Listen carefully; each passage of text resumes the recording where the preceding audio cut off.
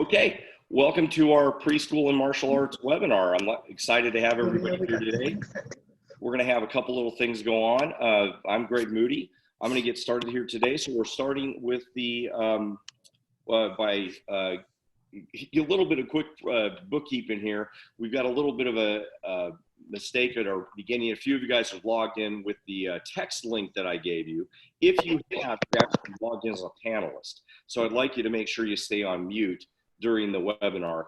We've got a great panelist group today, and they're the ones that are going to be talking during the webinar. If you have any questions, we're going to have a big group today. We were really overloaded. We went over our maximum. I had to add some extra spaces at the end because we had so many people register. So our participant list is really, really big. If you have some questions, those are going to get handled by one of our panelists, Master Sanborn. So she'll also kind of interrupt us during the flow at appropriate times to answer the questions, because she kind of knows when we're going to be hitting the topics that we have to cover today. A lot of you had some questions in the registration as well. So kind of save those and see if you get those covered as we get to talk. I think everything that we had a question about, I think we've tried to cover in our presentation. If we haven't covered the questions that you asked when you registered, then please feel free to ask them. We want to make sure you get all your questions covered today. Okay. First thing we're going to do is make sure that every dog back there. Put yourself on mute if you haven't yet. Master Sanborn, can you mute people are you allowed to mute people? You should just have a mute button. Myself. Does not seem like it, but okay. I guess I'm going to be in charge of muting people. But again, if you're not one of the moderators, just make sure you stay muted. We just had a little bit of an accident. If you logged in with the text message link I sent you, you get to be on video a little bit too, but stay on mute. All right. So we're recording. Hey, Master Moody, real quick. Mrs. Sanborn, just click on the participants in the bottom of your screen, and you'll be able to mute everybody from there. Thank you, sir. Got it. Yeah, she might be able to do that. Yes, okay. I can. Okay, perfect. Nice job. All right, we've got technical expertise help from Chief Master Thomas there. So first thing, let's get started and let's not worry about the technical stuff. So I appreciate everybody being here today. We do have a completely full group, so I'm really excited about this. This is a big topic because it should represent more than a third of your school if you're doing everything right. We're going to cover a lot of stuff today. We schedule an hour for these. We always end up going about 90 minutes, so hopefully everybody's prepared for that. There's a lot of things to cover. Hopefully for almost everybody that's working with kids with preschool, I imagine there's some people that aren't working with preschool kids. They're going to be learning some of this stuff for the first time. But most of you are probably working with preschool kids. And I think that for pretty much everybody, there's going to be some new things. You're probably doing a lot of stuff right. And hopefully you'll find some new things that can make a big difference. And there's going to be some small tweaks that might make a massive difference in how well you maybe enjoy the program or how effective it's going to be when you implement it in your school in the coming weeks.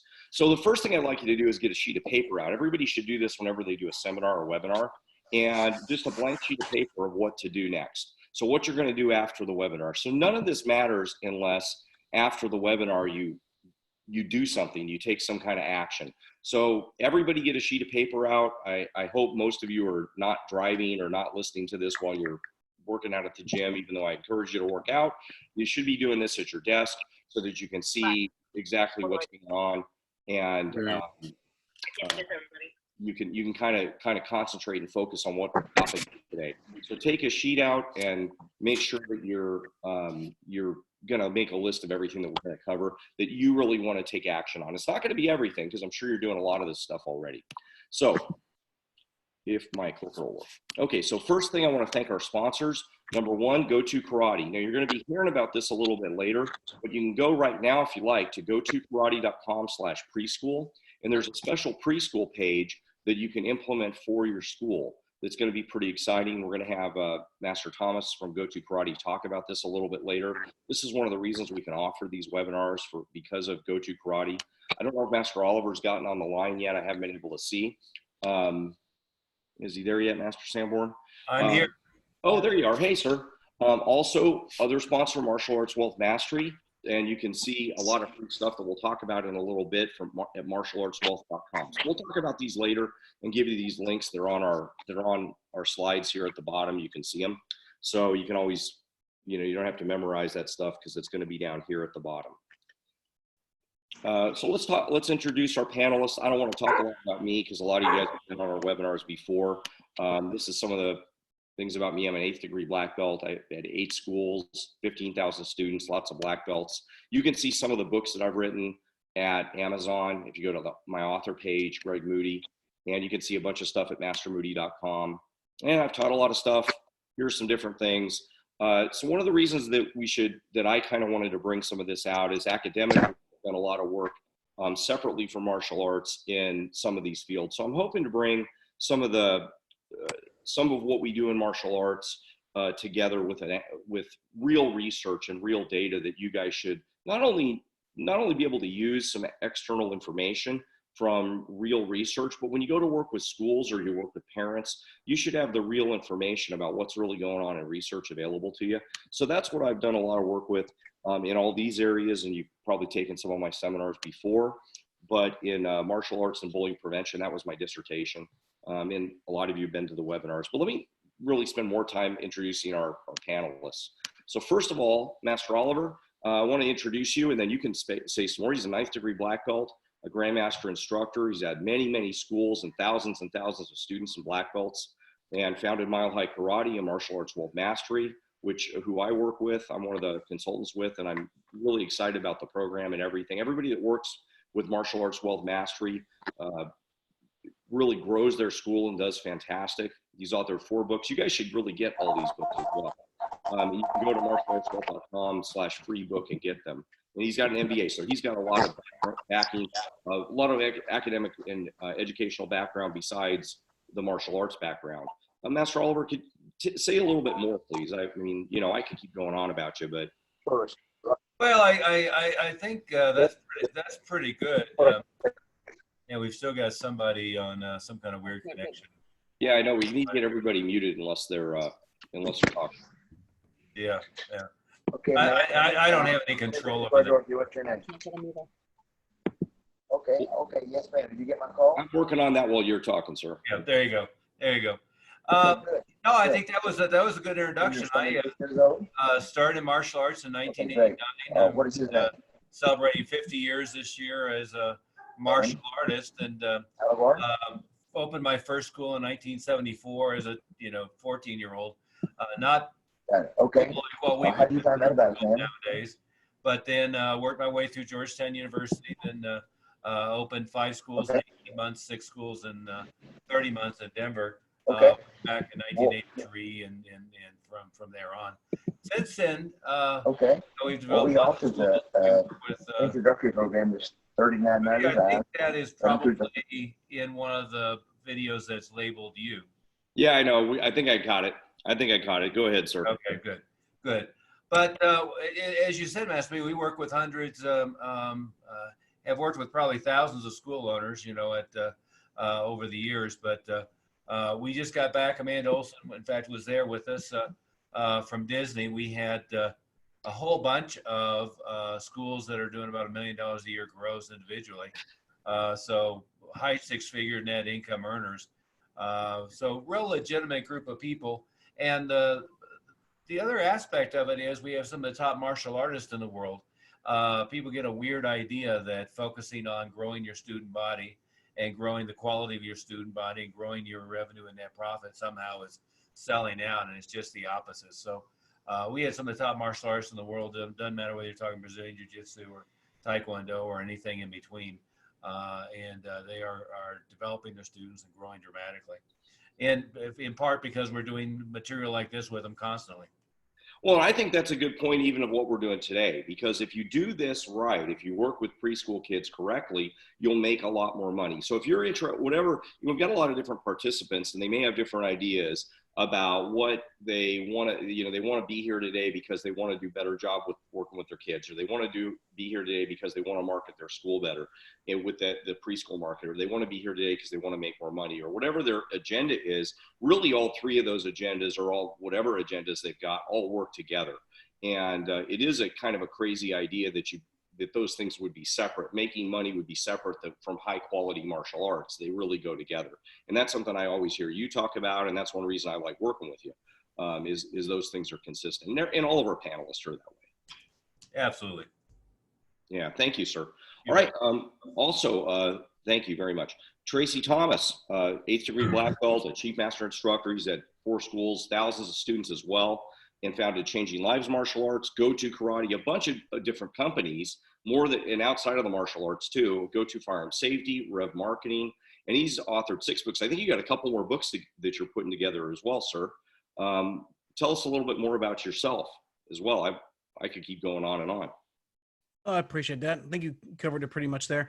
Well, we work with basically essentially all the companies we have outside the martial arts schools are marketing companies, and they just market to different industries. And from Rev Marketing, Go To Karate, Go To Firearm Safety, all of them do have different type of training venues that go along with that industry. We're getting ready to launch. We just launched Go To Wineries this last weekend, and so we're really excited about that. And basically, in this situation, Go To Karate really helps out a lot of the martial arts school owners. Basically, just get seen online. So we really build more of a marketing platform than we do a website. A lot of people don't really understand what the difference is on that. But we can talk later on a little bit about what we can do and what Master Moody and Grandmaster Oliver are doing. Kind of all ties in together here, and what we can do to help out with the preschool market online. Yeah, I think people don't realize how big the preschool market is. We'll talk about that a little bit more. And if you're not paying attention to that when you're doing your online marketing, and how well Go To Karate does that, then you're missing out on a huge part of what your potential number of students. And some of those students turn into instructors later or school owners. So Absolutely. Thank you. Yeah, thank you, sir. Thank we got Amanda Olson, 8th degree black belt as well, and owns Olson's Martial Arts in Johnson City, Tennessee, which, one of the things Master Oliver talked about the schools doing well. She's a $1 million school. And sometimes you think, well, I can't do that kind of thing in my town, but I don't think Johnson City, Tennessee is a very big town. And she has 500 active students. Is it a real big town, or am I missing out, Master Olson? We have about 65,000 in the city and surrounding county areas. Yeah, that's like the whole area. If you drive a long way away, there's 60,000, right? Right. We have people that come in from 15 miles away. So we're not talking about a lot of people in a 3-mile radius. No, we're not. We got a lot of space here. Right. And she also founded Ask Master Mom. Actually, I got your books here. We Go To Karate helped publish some of your books. We got 2 books. This one's your recent book. Does it show reverse here when we show a parenting survival guide? It looks good to me. Yeah, parenting survival guide. And we've got do I have your other book? Create a Happy and Harmonious Home. So we were working with you on publishing your book. So you've started Ask Master Mom, which helps parent kids. So you're like a TV superstar now in your town. In my 65,000 member town, yes. Yeah, but you're everybody knows you, I think. It's getting that way. Yeah. Anything else to add? I just, working with all 3 of y'all over the last couple of years, and some of you a lot longer, for the people listening today, the things that they have to say and the way that they really care about helping you grow your business, it's for real. And part of that is, I use the Go To Karate website for us. And this morning we had, 5 leads come in just off that, before lunch, that filled out the form on the website. So when Master Thomas was talking about it being a marketing platform, not just a website, that's exactly right. Awesome. But I mean, we really appreciate you being here, because you're such an expert at working with kids. And Ask Master Mom gives advice it's really to drive extra traffic to your school, but it gives it's how you reach out in the community, and you can help us with how you're using that to market and get more traffic and more students in your school. So Plus, Right, it adds another layer of value to our school, you know, and I think that's one reason people continue to come back, because they know that they have people here who want to partner with them as parents, especially with the little guys. You know, those are new parents, and you know, I can be a good resource for that for the young families. that's awesome, and that's what people need to be, is a resource for the families and for the preschool kids. Awesome, thank you, ma'am. All right, so we have Patty Barnum as well. Master Barnum, did you get your audio working? Last time we only had audio, now we only have video. All right, so we'll see if she can get her audio working. I'll introduce her, and if she can call in, maybe you can call my cell phone and we'll get you on audio that way somehow, ma'am. Let me introduce her. She was actually the first person I'm with my martial arts schools, or ATA schools, and she was the first school that started working with preschool kids in that entire organization back in the early 90s. So her school was kind of a groundbreaking school in working with kids in that age group. Her and her daughter, Master Kelly Shoup, who's an A3 black belt as well. So she's going to have some good comments to make if her audio works. So we'll see. And she also worked with me on developing the bullying prevention program that many of you were on the webinar with earlier. So I'm really excited to have her here. I hope. So anyway, all right. So we'll introduce her more later. And I've also got Master Laura Sanborn, who's my chief of staff here, 6th degree black belt. She's been the chief of staff with me in all 8 schools for many, many years. She co-authored the book, Stories of the Black Belt, with me. So you guys can get that online if you want. Master Sanborn, you have some more to add? I'm not rushing your introduction, but you've been... No, sir. That's 20 years of implementing systems and making sure that student staff gets trained by system, and that's pretty much what we do. One of the things that we're going to make sure everybody understands is that what we want you to have is a system of working with preschool kids that anybody should be able to do. One of the things that always drives me nuts is I go to talk to an instructor and he says, oh, well, I have a great tiny tigers or a great little dragons or a great little ninjas or whatever you call it instructor. I've got it, and typically it's like a teenage woman, or a 22-year-old woman, and they say, oh, well, because that's a motherly person and they can go talk to that kid.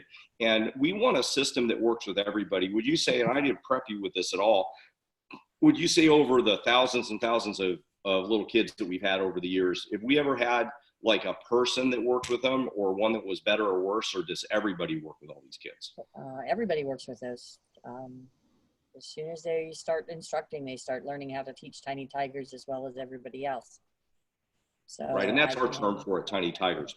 But whatever you call them, it doesn't really matter. It should be anybody should be able to work with them if you follow the systems that we have today. So that we'll talk about. But anyway, let's get going because we got a lot of stuff to cover. I'm sorry if I cut anybody's things short. So let's talk about some errors that we make, and moderators, please chip in if you have some errors that I missed. So these are some of the errors that I think that people make with preschool kids. They think that, number one, they either don't have as many of them or they start them a little later at 5 or 6. They think that preschool kids aren't able to learn.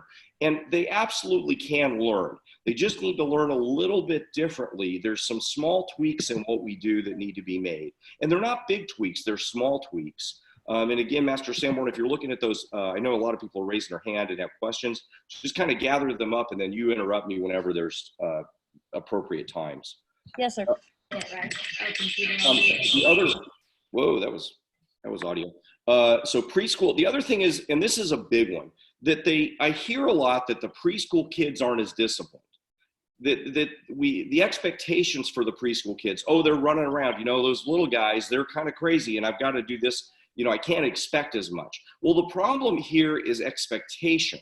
They can be, in fact, I expect in a lot of ways more discipline out of these kids, sometimes more than I do with the adults. Yeah, they want with adults, it's kind of hard to tell them, hey, stay still and stand on your spot on the floor. With adults, it's a little harder to kind of get on them for not moving and staying in one position. Don't move. Adults kind of get taken aback if you do that. Kids don't get taken aback. They kind of expect that. I expect the little guys to stand completely still, to not move. Now, do they stand perfectly still all the time? No.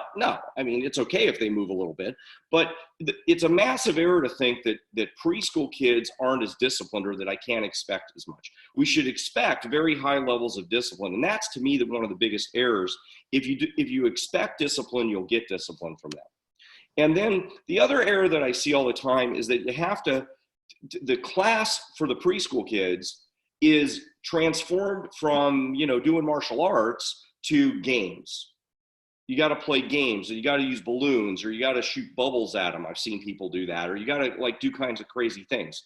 No, that's very much the opposite of what you should do. We're trying to develop kids into people that are going to be strong adults one day, and that's truly what they want to be. They want to feel like they're big kids. They don't want to feel like they're little kids. So we don't need to teach them with little kid games. We don't need it to be romper room. Any other errors or other comments that the moderators, you guys, have on this as well to add on? Well, we could go on forever, of course, but I think a mistake that people make is not trying to just teach them martial arts and do it in a way that's appropriate for their receptivity. Trying to make it romper room, make it all games, make it just entertainment, not education. Wouldn't you agree? Absolutely. The two other, from a business standpoint, I think school owners think that they should charge them less, which we don't do. We enroll them just like everybody else. They think they should have different expectations about them training over a long-term period and training to black belt and beyond. We treat them the same as everybody else. In fact, I believe it's easier to charge a higher tuition with the younger kids, and it's easier for the parents to commit them to longer term training, and it's easier to have good retention with them. Absolutely, couldn't agree more, sir. That's absolutely right. We're going to cover that a little bit later, and that's a big error as well. I think that's a good place to put this, though, is an error that people make is think they have to charge less because maybe the class, and we're gonna mention that the class should be a little bit shorter, doesn't mean you charge less. And also that they can enroll for 3 or 4 or 5 or 7 years, no problem. That's, in fact, would be more expected because they're younger. I mean, they're not going to be going to high school.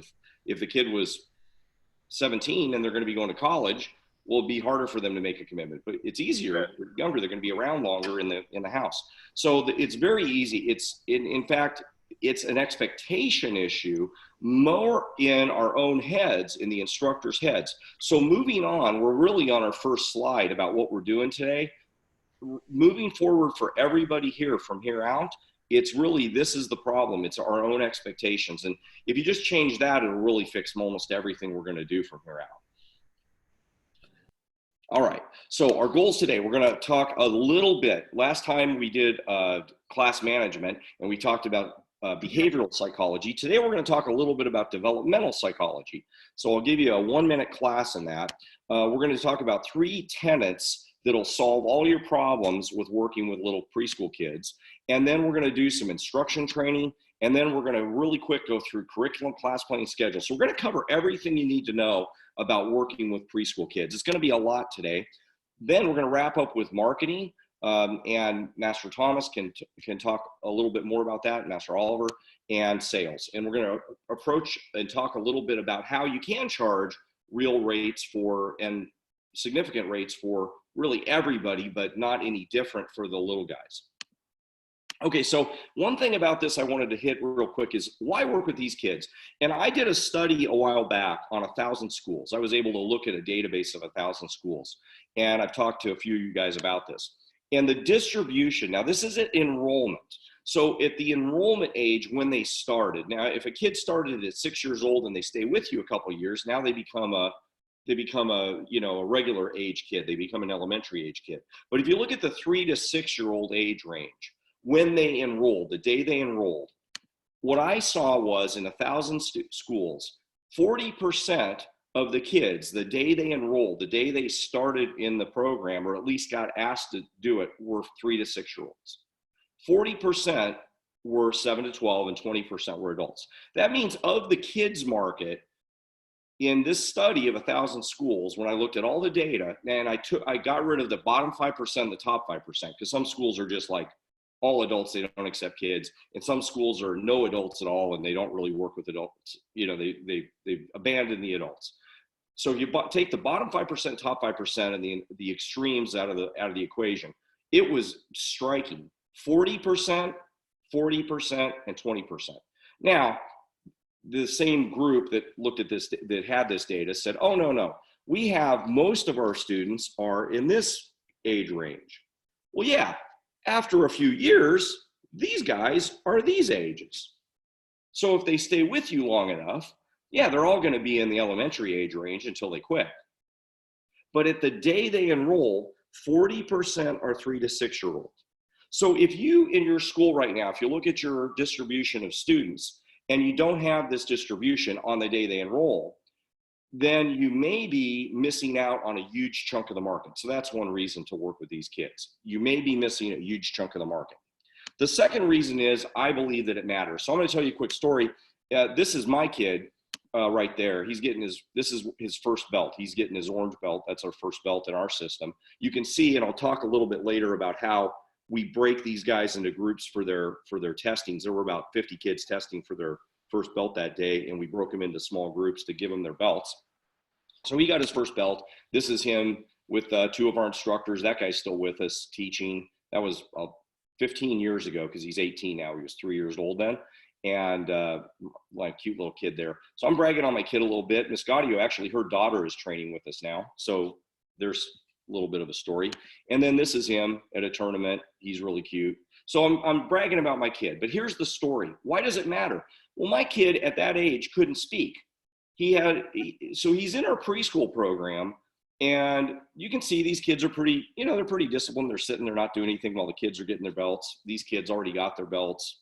He shouldn't have put it on the floor. He's not supposed to. But anyway, he had autism.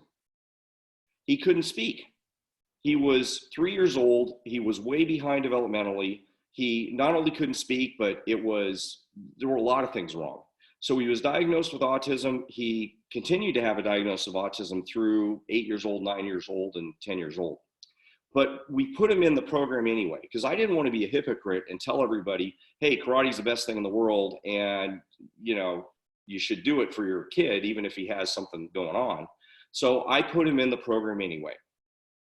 And I truly believe, this is my own personal testimonial, that this is the best thing that I ever did for my kid. I really, truly believe that. So I believe it matters. And you guys probably have stories if you have enough of these kids. So this is what happened. Now he was the captain of his football team, all division. He was in a play this year. This is a kid with autism when he was young, and he was in what I'll tell you is our leadership program when he was 3. So we'll talk more about that. We put them in the highest level program when they're young.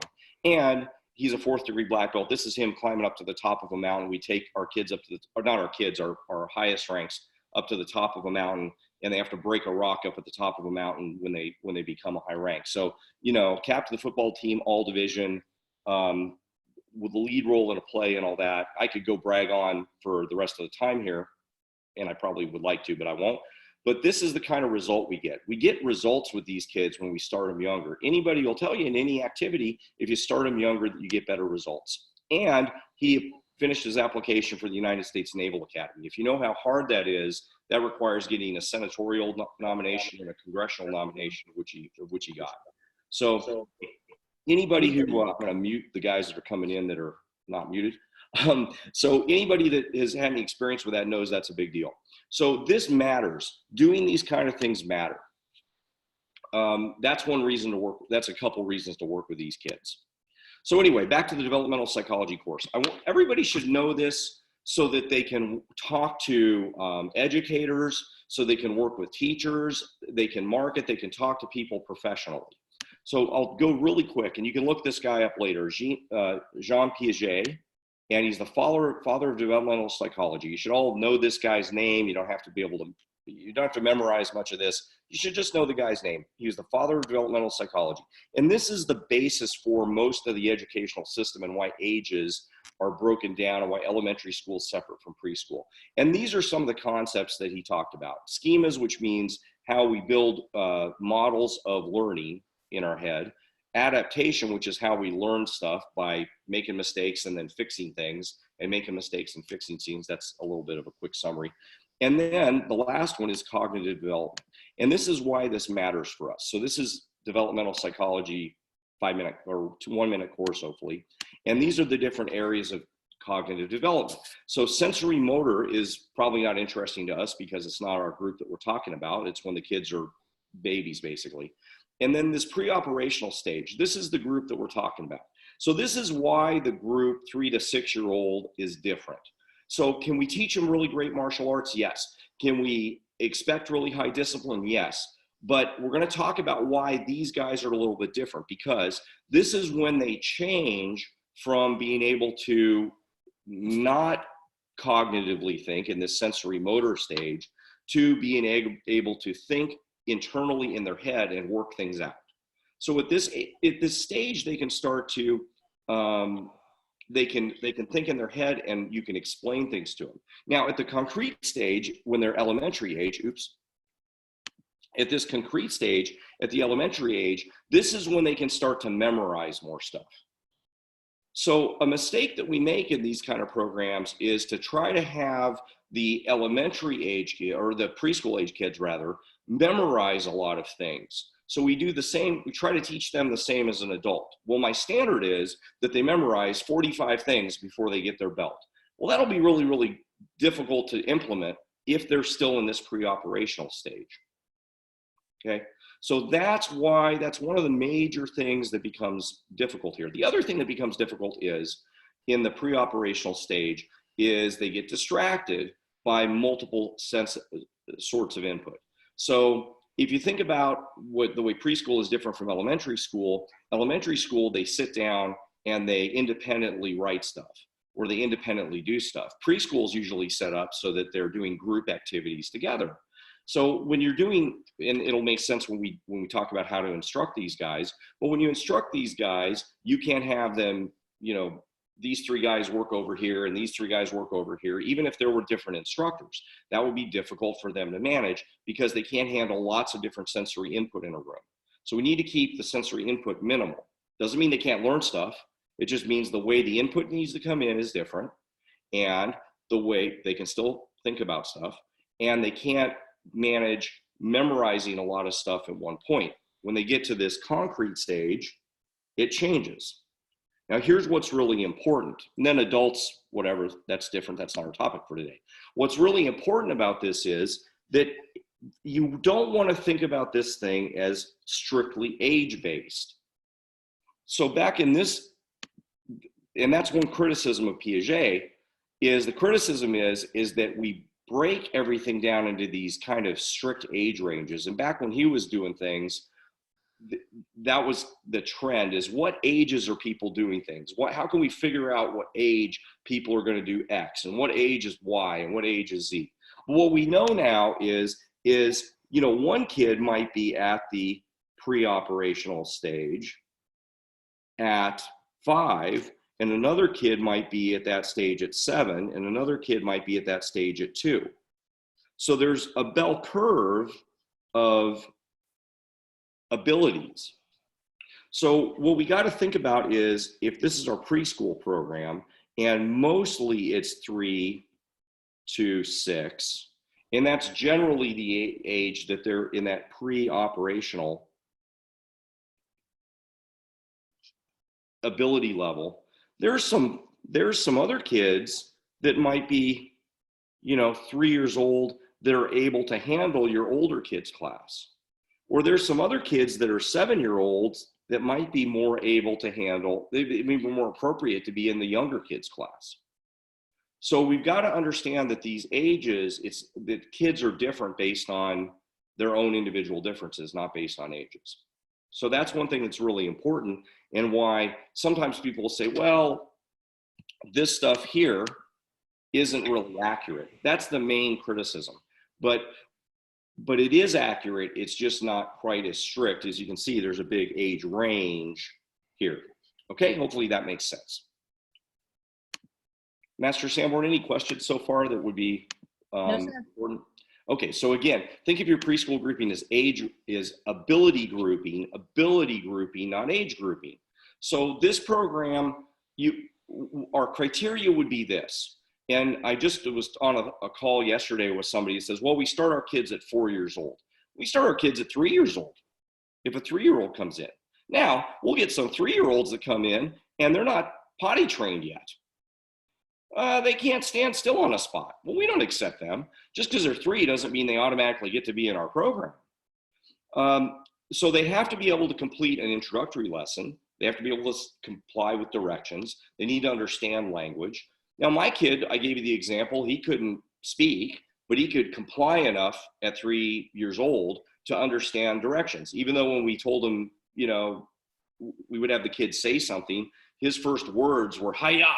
You know, he couldn't really speak except for yelling like he was in martial arts. So he was able to comply with an introductory lesson so he could do the class. Now they also are going to do this program if they haven't gotten to the point where they can memorize long sequences. That wouldn't be the goal of this preschool group. If they can memorize long sequences and they comply with everything, they might as well be in with their other kids. There's no reason to keep them separate. And there's a lot of people that might say, and even in elementary school, this is a big controversy. If a kid's just as smart, if a first grader is just as smart as a third grader, should they be in with the third graders? All the data suggests that if they're as smart as the third graders, they should probably be in with the third graders. The argument is, well, their social skills won't be the same and there'll be a social issue.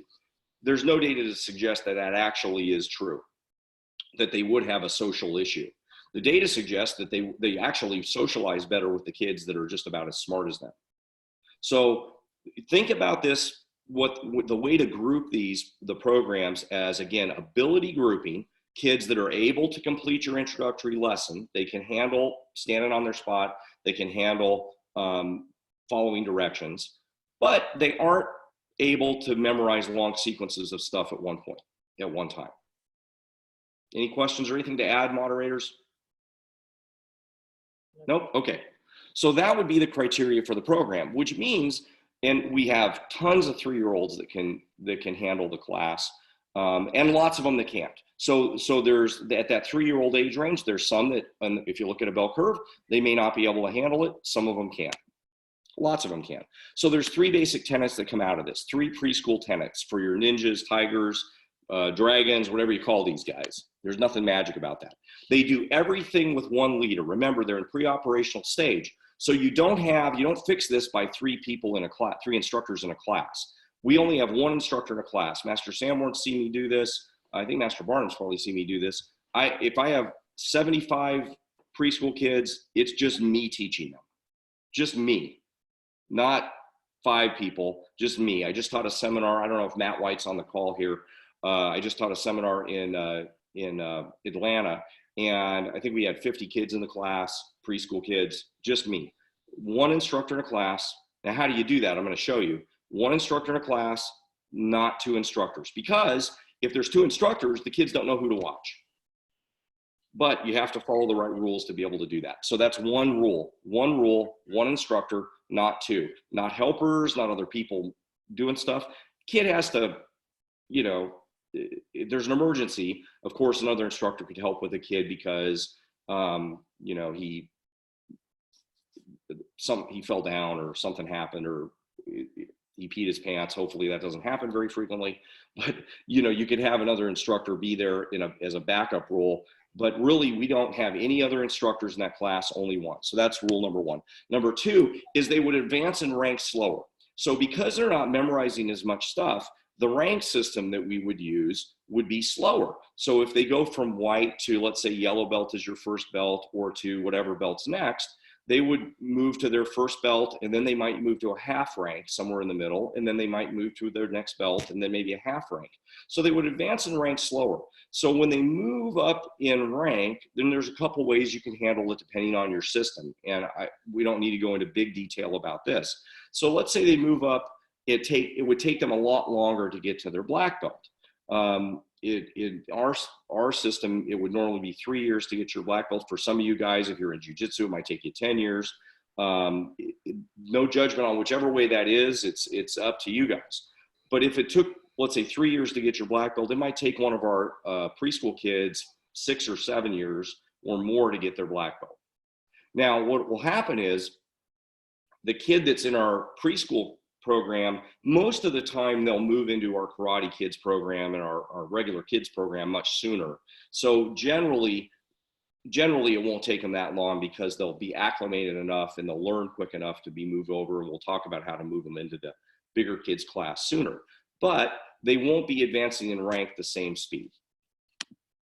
And the last thing, and most of you guys aren't from the Stone Age, so I shouldn't spend too much time with this, but that they would learn in blocks and use a rotating curriculum. If they're learning, if everybody in your class, it's different ranks, is learning different forms, that's a pretty old school way to do things. I'm not saying that's right or wrong. If you're still doing that, that's okay. But with preschool kids, if you had different ranks doing different forms and different things, that's just going to cause chaos in this group. So if you're doing that with your regular curriculum with kids and your families, go ahead and keep doing that. Although there's other ways to do it and better ways to do it, not doing it that way. With the preschool group, you've got to rotate the curriculum so that everybody, no matter what rank they are in a group, does the same form.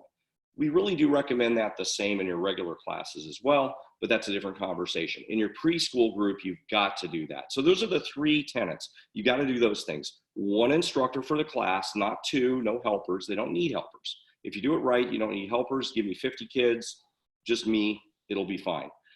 They advance in rank slower. That's number 2. And then they learn in a rotating curriculum. Again, for most of you guys, that's probably not any issue at all. All right, so what do they do? These kids should expect discipline. They learn real life skills. And for all of us that are working, for us that are working with you in Martial Arts Wealth or in other groups, we expect them to be in our leadership programs. So they learn real life skills, and then we expect them to be in our highest level programs. They really can learn all the stuff that we want them to learn. And by the way, if they learn how to be leaders and they learn how to communicate well with other people, and they learn how to stand up to peer pressure, and they learn how to perform in public, and they learn how to speak in public, imagine doing that when they're 3-4 years old. I mean, that's my example of my own kid. That's why I think I firmly believe what we did with him was why he can do the things he can do now. And they learn real martial arts. No watered down, no anything. We'll talk about how to make your curriculum so that that's very simple to do. All right, they don't play games. I don't even, personally, my view is I don't use the word game in our school. So we don't, even if we did an activity that was reminiscent of a game in a parent night out, we don't use the word game. We don't play games. We don't do martial arts games in class.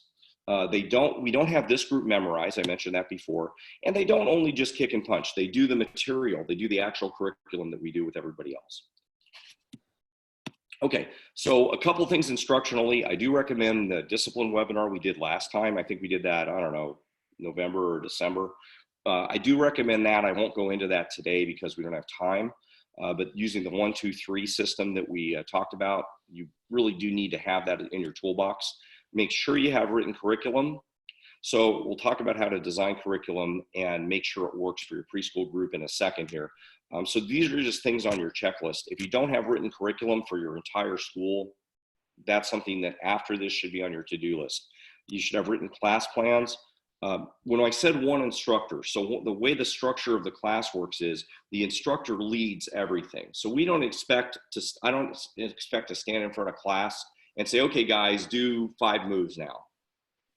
I would expect to be in front of class and I do the move with them. I do the punch, I would do the block, I would do whatever the move is that I expect them to do so they can visually see it and they can see how to do it correctly. And I would be modeling it. We make sure that they have some kind of reward system. We need Grandmaster Smith on here, Master Oliver, to talk about stripes. So stripes and rewards for progress. So they need to see progress on a frequent basis. For some of you, you have schools where they don't get their belt. And again, not judging that, but they might not get their belt for 3 months or 6 months. That's fine, but they need to have some sort of reward system for progress on a more frequent basis. Not even every 2 months. There should be something on a more regular basis. So we'll talk about that. And there needs to be some kind of mental benefit. So that when we're talking about life skills, this is the student life cycle. I won't spend time on that, but we would expect them to get their black belt. That's the important part. We would expect them to get their black belt. We've had many of these preschool kids become instructors. If you figure 40% of our student base starts out in the preschool program, we've had a lot of instructors. So we've had a lot of these guys end up in this as instructors. So let's talk about instruction. Anything, Master Sanborn, questions up to this point, or moderators, anything to add? No questions? No questions. I saw a bunch of hands raised on the Q&A. We're well over 100 participants. We broke the limit, so we had a better turnout rate than normally I expect. So we're over our limit here. So hopefully nobody got bumped off. We might spend a little bit more time on reward system without spending a Jeff Smith 45 version. I've got a whole thing on that. Good. Yeah. So let's talk about instruction. So we're going to talk about instruction, how we deliver the curriculum to them, and then we'll talk about how to design your curriculum. So instruction would be, I look at instruction and curriculum differently. My degree is in instruction and curriculum, and I always thought that was funny because they're really two totally separate things. Instruction is how I'm teaching the class. The curriculum is what I'm teaching. So how we teach the class, and important, and all these things that I'm going to talk about in instruction, truthfully, I would teach the same way for the kids and for the adults. As far as facility goes, setting up our facility, we don't have like goofy pictures on the walls or any weird things for the kids to do, but we do have on the floor, we have designated spots to stand on, and we alternate them black and red on our floor, and then red and black, so that it's really easy for the kids and the adults and everybody to go, hey, get on your spot, and they can space the floor really well. And some people don't like that. They want the students to learn how to space on their floor, and they don't want these spots on the floor. I understand that if you don't like it, but I'll tell you, for this group of kids, it makes your class run really precisely. And I like classes to run very precisely. So what ends up happening is on a floor, you end up with red, something like this, red, red, red, red, and then black, black or blue or whatever color your color scheme is, and then black, kind of looks like a checkerboard, black, black, and then red, red, red. And then if I have an adult class, I tell them to get on the black spots, and they're automatically separated by 1 meter or 2 meters. And the little kids are separated by 1 meter if they get on every spot. So having spots on the floor, some reference for them to go to, makes it really simple for kids to know where to go. And it's just very difficult for them if it's a big blank floor for them to know where to line up. So this is one way to have really good class control, so that I personally like. Equipment. So all the equipment, this is a discipline thing. We have a specific place for equipment. I've seen a lot of schools where the equipment's kind of all over. Most schools, you do a good job with putting your equipment away. But I also have noticed that instructors end up putting the equipment away. It doesn't matter how old they are. If they're 3 years old, they put the equipment away. So that's an important rule that we have. Other thing, prior to class, we have all the kids, there's no goofing around. We tell parents on day one when we enroll them, they have a policies and procedure sheet that we go over with them. And we tell them when they come in, they have to sit quietly, they get their tracking card, and they sit and wait at attention. We have them sit like black belts, which means their hands are like this. They don't get to wiggle around. They have to sit with their legs crossed and their hands like this, and that's it. They have to stay there the whole time. So number one, they don't come in 20 minutes early and goof around because they don't want to sit that long.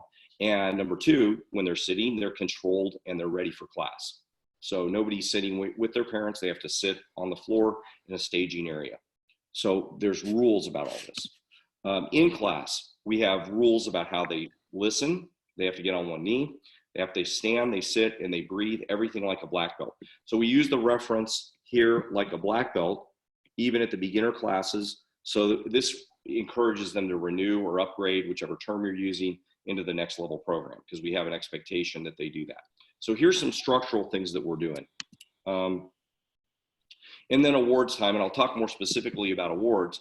The structure for instruction is when we give awards out, they run up a certain way, we give the award out, and they run back to their spot. And we do this exactly the same for the kids, so they get acclimated about how to do it.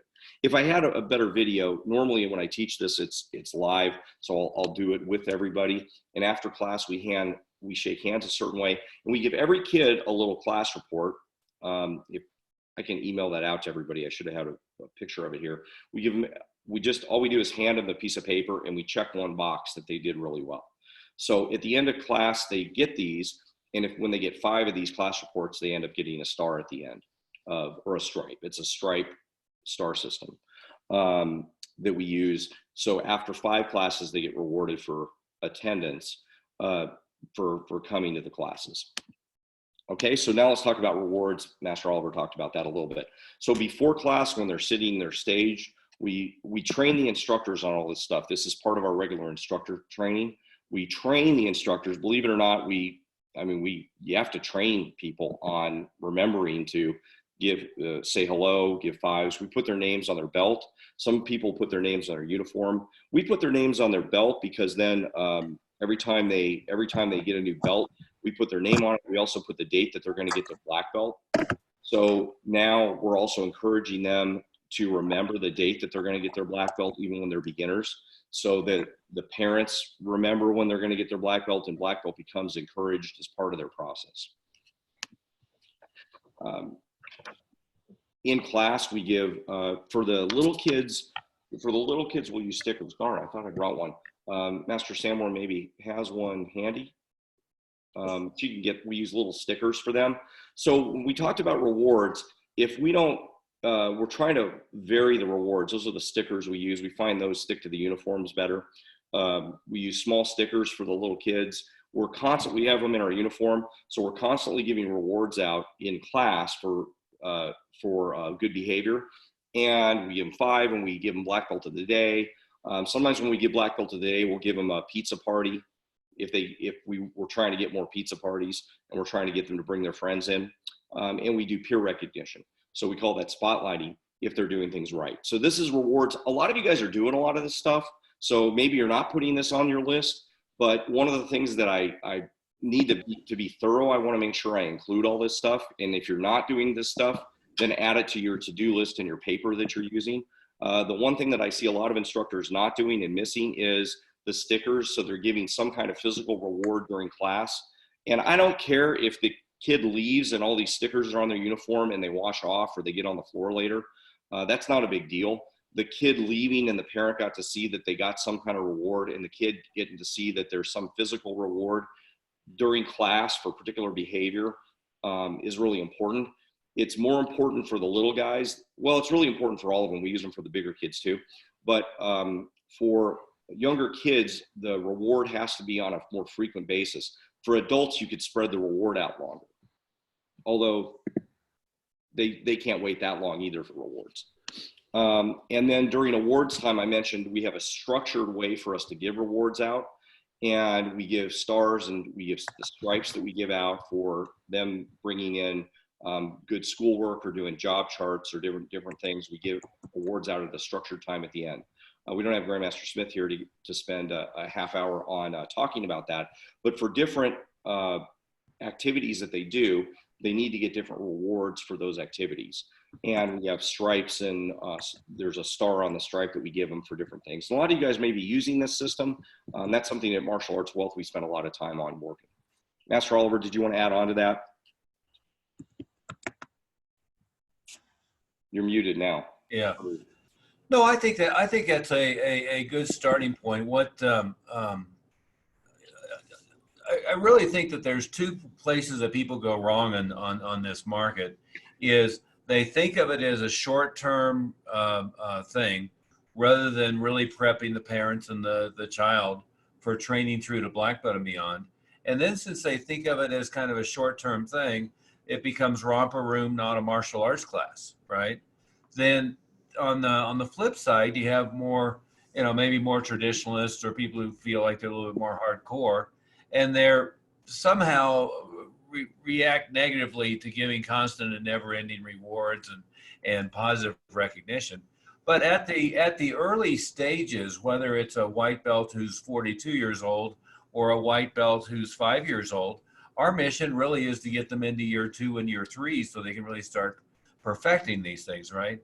And if they're not leaving every class really feeling like they were recognized, they did well, they're accomplishing something, then all you do is you discourage them from training long term, and that discourages them from ever really mastering martial arts and becoming good at it.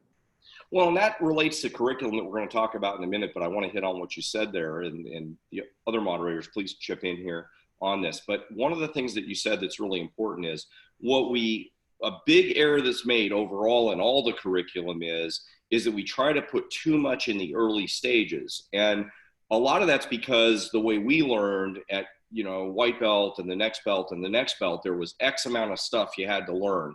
And I didn't get my next belt and, yellow belt or orange belt. And then I had to learn this much stuff for me to get the next belt. And there were two problems with that. One is it was probably too much stuff from the beginning. And it was too much stuff, particularly for a little kid to get, or even an average age kid, and a lot of times for the normal adult to get. And so two problems with that. One is it was too much stuff, but the other is the basics and the basic techniques suffer because it's too curriculum heavy and not basic heavy. If I do less curriculum means the quality of the stuff that I do is going to be better. It's like the old Bruce Lee quote, I don't fear the guy who knows 10,000 kicks. I fear the guy who does one kick 10,000 times. I'm probably butchering that quote, but that's the same concept. And what we want to do with these guys is make sure that they learn less curriculum, and really with all our students, and get them into year 2 and 3 and 4 so that they can properly learn the techniques because they've made a bigger commitment to doing this over time. And if they only do it for a few months, at least they've learned more basic techniques better. So we got to get out of the mindset of the structure that we've set up before. It's not that we don't honor that. They can still learn all the material that defines a black belt or defines whatever rank is important for you, but they need to do it at the right pace. That means less curriculum, higher quantity of training early so that they can learn it better. And that's exactly what we're going to do with the preschool kids. Yeah, I think that sometimes people get a little nervous about having the program like this, or they get 5 of them and they think, I don't think I could handle 50 of them. So a lot of these tips about just the structure with the spots on the floor and one instructor to focus on, and having the kids kind of own the class too, okay, it's time to put away. Now, I've worked in preschool for, not just in martial arts, but preschool itself for many years. And the more rules that they actually have, the better they perform and the more they enjoy the class. They know what to expect. It's time to get the targets, and they look forward to that, or it's time to stand on my star. So adding those structures can really help your program. And it's true that less is more. If you put in lots of games and running around, yeah, you're going to have a chaotic class, and it's not going to be any fun, and nobody's going to learn. So I just want to encourage folks that they're looking at, because you can significantly grow the number of students that you have in your school by providing a great preschool program. And if you structure it right, it'll be fun for everybody. Absolutely, and that's a great point. More structure helps. It'd be like, I always think about it like, what if you were playing a basketball game and they didn't have any rules? It'd be a brawl. The structure makes the game fun. The structure is going to make the class fun. And for the younger kids, the more structure they have and the more you're consistent with it. And these rules we train the instructors on constantly. They have to say, for example, the way they say, do the awards at the end, the way they do the awards at the end, and the kids run up a certain way. They don't run to the left, they run to the right. They run exactly the same way. The more you stay consistent with everything, it sounds very restrictive in a way, but the more consistent you are, the better it is for you, the better it is for your instructors, the better it is for the students, and everybody feels more comfortable. So great comment. Okay, so at the end of the day, we give out, this is one of the rules that we use, we give out great work cards, not to the students directly, we mail them. So we use mail, we don't use email. Email's okay, but mail, actually in the mail, a great work card. I remember one story of one of our instructors We hired him after he was a student with us for about 5 or 6 years. Patrick McGovern, you remember him, Master Sanborn. Yes, sir. And his daughter was a student with us. So they were with us for 5 or 6 years, and we finally hired him after a while. And was over at his house for some reason. I had to pick him up, take him to a tournament. He invited me in, and I saw on the fridge, that was on the fridge, and one of the great work cards that we had given his daughter, it was when she was a white belt. So she must have been like a black belt or something by then. She was going to the tournament, and it was the great work card she got when she was a white belt. So it was probably all ratty by then, because it was like 5 or 6 years old. And this is important stuff. Sending kids mail. Kids don't get mail. So at the end of the day, our rule is every instructor has to send 5 great work cards, and then we do awesome calls to them. And if you think that this is not, we just make this a rule. If you think this is important, your retention probably isn't very good. So this is a critical retention tool, a critical tool to get them to stay with you long enough. So this is kind of some rewards. Now, life skills, I want to go over this really quickly. We have what we call listening. Master Moody, Yeah. there's some questions. There's some questions that we might want to read off there to you. Master Sanborn, do you have those queued up for me? Yes, sir. I've got, if there's one student age 3 that is developmentally younger than the others in class and is a big disruptor, how do you suggest we handle that? Well, so that's a good question. And we dealt with that a little bit with the ADHD webinar. I recommend that one for a longer answer than what I'll say. Whenever you have a kid that's disruptive or can't handle the class, so think about it this way. You've got kids that are handling the class fine, and a kid that maybe is having problems with the class. So it may be because they're be disruptive, or it could be because they can't handle it for some other reason. You know, maybe they're super shy and they are having trouble getting away from behind mom's leg, and they can't come into class. So the general rule would be, we'll do a private lesson. We'll invite them to do a private lesson another time and see if we can manage getting the control back for the kid. So a disruptive kid, then we bring them out for a private lesson. So think about them that way. And if eventually the kid needs like private lessons long-term, we would charge for that. And our charge for private lessons is $150 for a half-hour private lesson. So we would, and they have to be a member, by the way, so they have to be on a regular program and pay for that. So we would charge for the private lesson if we were going to do that. And that rarely happens. Almost all the time, what'll happen is we would do a private lesson once or twice, get the kid under control during the private lesson and manage them that way, and then reinsert them back into class. That's how that would almost always happen. If we can't get them handled in a couple private lessons, and again, I would refer you, if it's more severe than that, then again, I would refer you to the ADHD webinar where we're covering that more fully.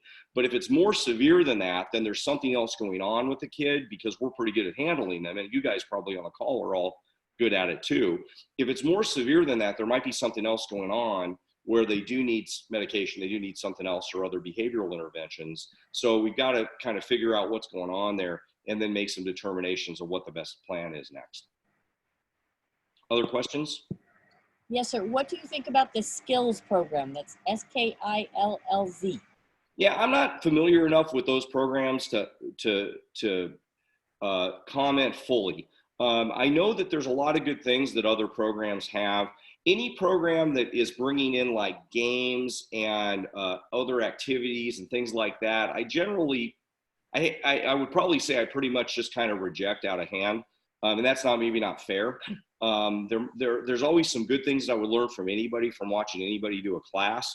What we're going to talk about in a second is curriculum, and we want the curriculum for these guys to essentially be a model of the curriculum that we do for the adults. So we start with what we're going to do for adults, what our regular martial arts curriculum is, and then we scale it for the preschool kids. So I don't need to have special tools for the little kids. I don't need to have something, I don't need, particularly the one that drives me a little bit nuts is the one that has, 2 to 3 year olds together and 3 to 4 year olds together and 5 to 6 year olds together, and that age-based curriculum.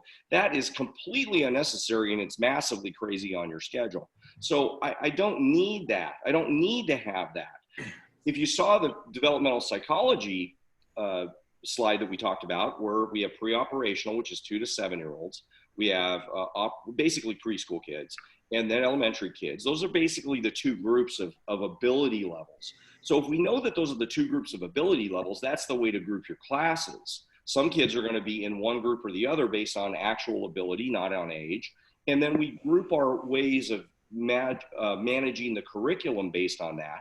We don't abandon the curriculum we had as real martial artists and then do something else. So, so I'm not familiar enough with those programs because I've never needed to be, because we don't need them. We have great retention with those, with our kids. There could be something to learn from them, so I'm not rejecting them out of hand, but I wouldn't need anything different from what you're already doing. If you're doing a great martial arts program, what we're going to do on curriculum will kind of answer any of the questions for you. I don't think you'd need anything else. And Master Moody, if she's referring to what I think that's referring to, one is having a different price structure based upon how old the child is ludicrous. Absolutely ridiculous. That should never, I mean, I can't disagree with that more. Yeah. That's dumb. Yeah. Yeah. You want a path to get to black belt and beyond that everybody, whether they're a 3-year-old, is going to take maybe a little slower in the first year or first 18 months, but then on the same path as a 12-year-old, as a 22-year-old. And what you see with, I believe it's that program, and I may be speaking out of school as well, but they try to do 3 to 5 or something, do a curriculum for a year at a price, and then they have to go into the curriculum that the 5 to 7-year-olds would do, let's say. Then they go into a curriculum that they say the 7 and 9-year-olds or something like that. And that's insane. I mean, it just is not, structurally, it doesn't make any sense. Organizationally in the school, it doesn't make any sense. Tuition-wise, it doesn't make any sense. You start with, the parent of a 4-year-old is every bit as interested in their 4-year-old developing over a long-term basis, developing, going through elementary and middle school successfully, learning additional skill sets, additional supplement as a parent of a 12-year-old. And if anything, a parent of a 4-year-old or a 5-year-old is willing to invest more time and money than as they get into middle school and high school. So I think there's a lot of things, if I'm accurate on what they teach in that, is those things are just kind of silly.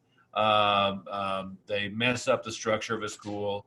I mean, we're charging 5-year-olds $247 to $297 a month, oftentimes, and they're coming twice a week, and they're going through the regular program, and maybe there's just an intermediate belt between belts as they go, and so they're a little slower in the starting points, but other than that, they do great. Absolutely, sir. And I think it's a big mistake, and it makes it much more complicated. But I think it's alluring. I think where everybody may need to hear this on the call is it's alluring to do that, because the allure is that I would have this really defined. I could make the case with a parent, oh, but we're really specialized for your age group, and we're really specialized. But if you remember the bell curve I showed you, 3 to 4-year-olds there's a lot of 4-year-olds that are just as good as a 6-year-old in some ability areas, and there's a lot of 6-year-olds that really need so it's really not the right batch of people to put together. And by the way, we know from a lot of data and a lot of experience that elementary age is sort of one group, and then preschool is sort of one group, and that's how everybody's kind of used to developing. And there's a reason for that, and that's what Piaget started a long time ago. So, and the pricing as well. Okay, let's move on, and then I think it's going to answer some of the other questions as well. And Master Sanborn, you kind of know the order we're going in, so interrupt me on any of these questions too. So what we do for life skills, really, really simple. We do this with the kids too. We put them in listening position, which is on one knee, hands on their knees, so they're very structured. Inherently a little bit off balance. We want that on purpose, so they have to pay attention. And we just ask them what our life skill is. We have 6 life skills. If anybody wants to email me, I can share the whole system with you. We ask them what it is, and so if our life skill is discipline, they have to say what life skill is. It's discipline. We got some audio people there. Make sure you mute yourself if you're on audio. We have some Greg Moody's back on back off audio. Okay, I fixed it. All right. So we say, what is life skill? They say it's discipline. We ask them what it means, and there's a big poster up on our wall that says what it means, and they say doing what you're supposed to do when you're supposed to do it, and we walk them through that. So if they're preschool, we walk them through. And then the second time in class, it's very simple. We ask them for examples. They give us an example, and really the parents will give us an example. What's an example of discipline at home? The parents give us an example. And what's an example at school? Now, this seems very, very simple. If you're not doing this, write this down, because it's like mind-numbingly easy to do in class, but it's super powerful. It's very, very powerful. The parents then are engaged in class. They give you an example of what discipline is at home, at school. And I said TKD for Taekwondo, that's what we teach. But at home, at school, or at karate, what are they doing that shows discipline? And you'll get really good answers from the parents, and you'll get really good answers from the kids. And we just don't accept the same answer over and over again every time that they speak. So, excuse me. So this is how we do life skills, and it couldn't be easier. We invented this about 15, 20 years ago, and we use it every single class. It doesn't mean we don't do more stuff when they're in our leadership program, but this is what we do every class so that they're engaged. And 50% of the talk, so this is important to remember, 50% of what we say when we talk is all with the parents. I see this over and over again where instructors are like in a fishbowl with their kids, and they're not spending most of their time talking to the parents. I just did the seminar I mentioned in Atlanta, the last one I did. I think we had a $62,000 day when I taught. We had a pretty good sized school that I went to, and it wasn't because everybody paid in full or we did a lot of cash business or anything. It's just a lot of people renewed their programs that day because I was spending a lot of time talking to the parents while the class was going on. It was just me talking to the parents while the class is going on. And the school that I was at, they're a great group of students, a great instructors, but they just didn't spend a lot of time talking to the parents. So this is really important, and an important way for you to cue yourself talking to the parents during class. Other critical instructional skills, I'll really quickly go through this. When you're working with kids in this age range, and I don't have everybody on a video now, but if I raise this hand, this is my left hand, they'll raise their right hand. Instructors need to be good at mirroring. So that means facing the kids so they can see them, and then raising opposite hand, using opposite hand skills. If you don't know what that is, email me, but that's a skill that you should be doing. We should also be leading and making sure that when you're doing curriculum or doing classes with them, we lead everything they do. So we don't have them, okay, here's how to do the move 1, 2, 3, and then we say, okay, now go do it 5 times. Everything we do, this is really important, this is one of the tenets, everything we do with preschool kids, we do with them. So if I have 50 kids, I'm doing all the moves with them. I'm rarely having them do stuff on their own unless they're hitting a bag that I'm holding. In which case I'm holding the bag and making sure they're doing it right. So we're paying attention to where they're looking. If they're turning around and doing a move, I have to be in their visual view. It's a little bit hard to show you guys on a webinar like this, but hopefully that makes some sense. Please, Master Sanborn or any of you guys, add on if you think we can add some more with this onto this. I'm going a little fast here through these. We already talked about discipline a lot. It's no different than anybody else. We need to make sure that what I mean by direction here is when we give directions, we make sure that we're not slow with directions. I've seen a lot of people with little kids, and they try to give them long explanations. Should be 5 seconds of explanation and then do it. So if you've got a very complicated move you're trying to teach them, don't do that. But if you had a complicated move, just teach them the gross motor skills first, and then later you can get them to do more complicated things.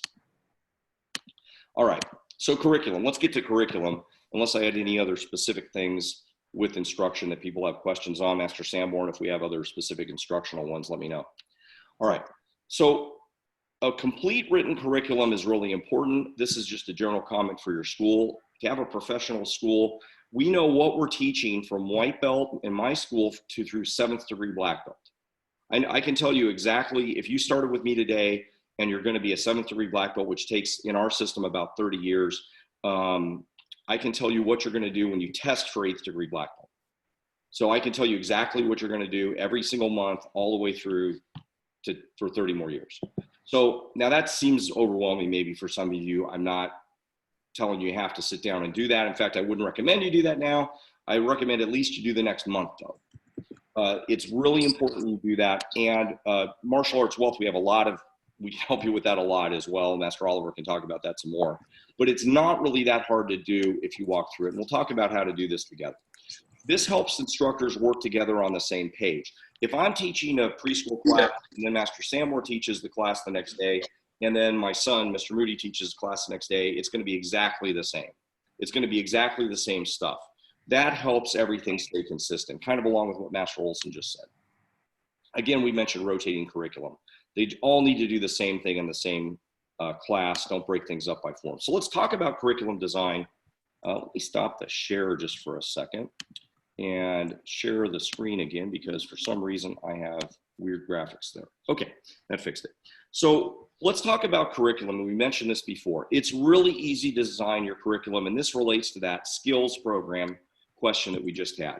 So if I'm going to design curriculum, all I have to do is start with my adult curriculum. So let's say my adult curriculum was going to be, if I'm let's say I'm a Taekwondo school and I do form X. That's what my curriculum is going to be. This next couple months, I'm going to do a form and we're going to spar, and that's going to be drill 1. I'm just making stuff up right now. And maybe I'm going to do, you know, some kind of, you know, kick number 2, whatever. I'm just making some things up. All I need to do, if we skip what the kids are going to do right now and just think about the preschool, all we are going to do in the preschool class is do some portion of that. Like I might do half of it. So if the form has, let's say, 30 moves, these guys might do maybe even a third of it. These guys might do 10 moves. That might be the preschool part of it. And if they're to do these guys, we got some more audio there. I'm muting. Okay, so, and if maybe these guys are doing drill number 1 and 2 and 3, these guys might just do a drill 1, or they might do half of drill 1. If drill 1 is 6 moves, they might do just the first couple moves of sparring drill 1. And maybe they do kick number 1 or kick number 2. Remember, as Master Oliver mentioned a minute ago, this guy would move to, you know, a half of the rank that they're going to do. And this guy's going to move to whatever their rank is, doesn't matter. So that's how you design the curriculum. We're not going to have a whole bunch of different things for different people. So now remember what's going to happen here now. If the parent, and we usually try to get 40 to 50% of the parents or more to be in the class. Now, I mentioned that 40% preschool kids, 40% kids, and 20% adults is the general rule. That means nationally, most people don't really do this. But we're trying to get a lot of the parents to be enrolled as well. So if, let's say, a parent is in this class and their kid is in this class, they're doing the same material. They're doing exactly the same material at the same time. So if a parent wants to, and they're busy, they could take this class. And we often have them take this class. Now, is it the same class as if they come in at 7:30 and they're working out with a bunch of other adults because it's later and it's later in the day and it's mostly adults? No, it's not quite the same class. They're doing stuff with a leader and they're doing stuff the same way. But some parents just don't have time. They don't have time, so they want to have some time to do some of the curriculum and some of the material. We're teaching a disciplined martial arts class to the preschool kids. So we're teaching a real class. It's not a bunch of games where they're kicking balloons or doing other things. So there's no problem for the parent to come into the preschool age class and take this class. They're learning exactly the same curriculum. Now, what would the kids do? They might do some, either, depending on how you're designing your curriculum, they might do some portion of this as well. They might do a little bit less, or in a lot of cases, the elementary age kids can do the same thing as the adults. They would do the same amount of material.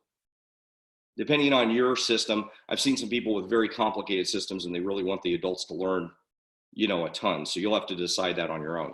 But all you have to do is take what you're doing for the adults and just reduce it by whatever amount of material the preschool kids can handle. And really less is more.